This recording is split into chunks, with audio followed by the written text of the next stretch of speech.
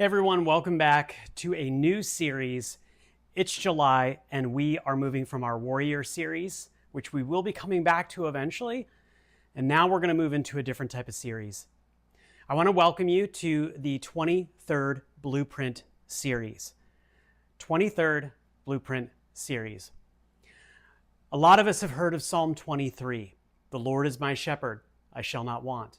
He makes me lie down in green pastures and leads me beside still waters.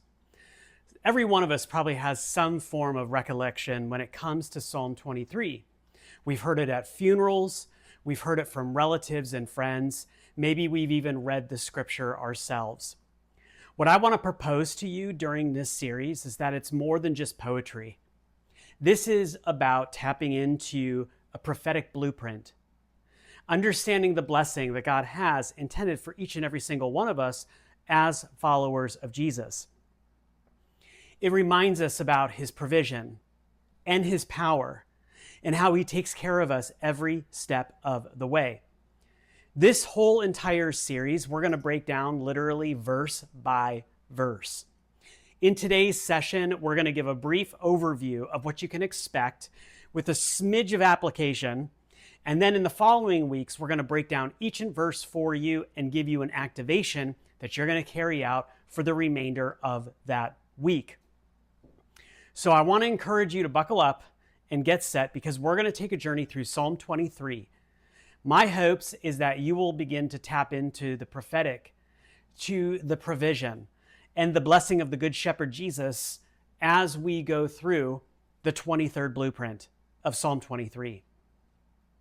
First of all, I think it's important to understand who the shepherd is and who are the sheep.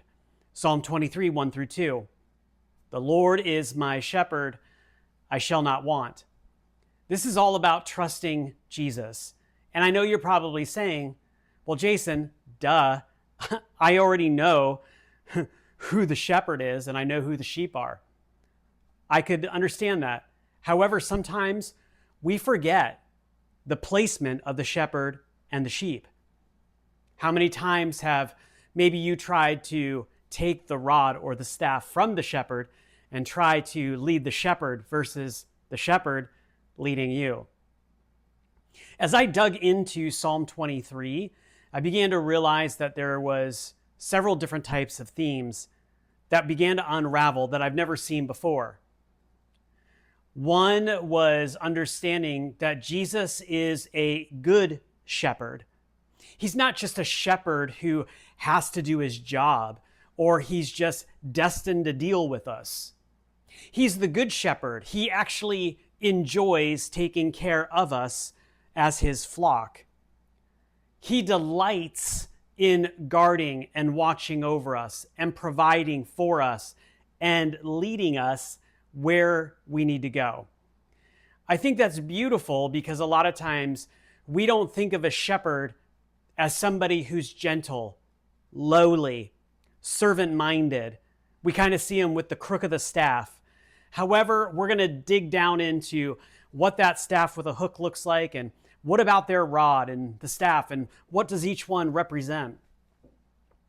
I think it's important to understand that not only is Jesus our good shepherd, but during this series, we want to understand what does it mean to not want according to Scripture, according to the kingdom of heaven, not according to our earthly mindset, but when they refer to not wanting, what exactly is it that they're trying to teach us and show us? Another theme that I see through this is rest and restoration. You know, when we were talking in our Warrior series, we talked a lot about rest and how it's a weapon. We're shifting our lens again in our perspective, in our mindset, in our language, and we're aligning with the kingdom in this series, and we're going to look at rest and restoration and what the difference is. We're learning also to lie down in humility.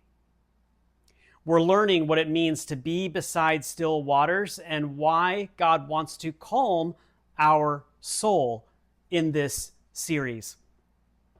In week 2, we're going to take a look at what does it mean to be restored and to be righteous according to the Word of God, following the wholeness that God has placed within each one of us since we were birthed in the Spirit and put here on earth.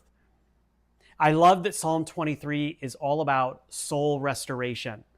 It's about healing from burnout, trauma, sin, and it's this blueprint, again, of guiding us on a path of righteousness.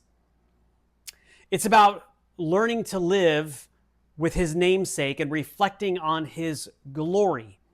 Not just glory in general, but it's all about tapping in the Shekinah of God.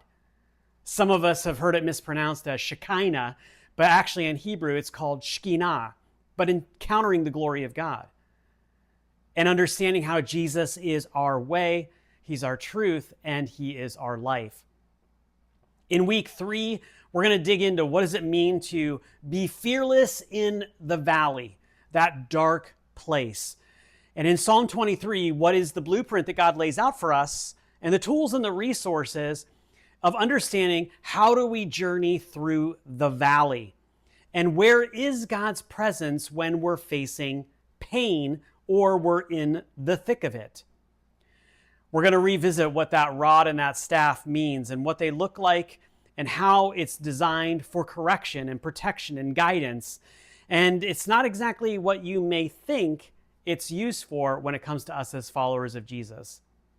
We're going to tie in there also understanding how the shepherd, Jesus, walked before us in the Garden of Gethsemane, even before the cross, and he was with us in Psalm 23. And then we're going to wrap this all up in week 4, and we're going to talk about the abundance that God has designed for us, the anointing, and the assurance of salvation. We're going to learn how to live in victory as we walk through the valley. We're going to talk about God's abundance in the midst of opposition because it's always available. What does it mean to be anointed and have our cup running over and being marked by God? Very interesting play on the wording when it comes to sheep. And then what does our life look like when we're overflowing with the Holy Spirit and activation? We're going to bring it all down to that eternal perspective of really dialing in our lens of what God has intended for us here on earth temporarily before we are with him full time. And we're going to talk about his goodness and mercy and how it chases after us all the time. So I got all these spiritual practices available for you during this series and all of these activations. My encouragement to you is our first activation for this week in this series is to begin reading Psalm 23. However, you may say, I've read Psalm 23. I know it by heart. Congratulations. I'm going to ask you to read it again. I've been reading Psalm 23 for well over 20, 30 years. And it was just not too long ago that I was reading it again when I remember sitting in time of communication and prayer with Father, Son, and Holy Spirit. And I asked them, what do we want to talk about today? And the Lord, in his graciousness, says, would you read us Psalm 23? I love when you read Psalm 23 to us. And I love reading Psalm 23 to them. And as I began to read Psalm 23 out loud to Father, Son, and Holy Spirit, they began to show me new areas that I'd never, ever encountered before through their scriptures.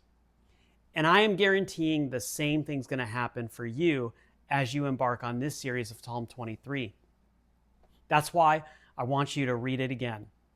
I want to challenge you to read Psalm 23 every day during this entire series. 4 weeks, that's usually about 30 to 31 days that I want you to read this entire chapter every time.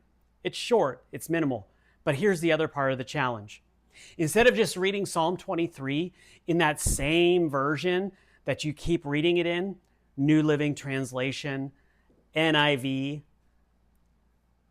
Amplified, the Message, the Passion, I want to challenge you that when you read Psalm 23, 1 week, read it in one version.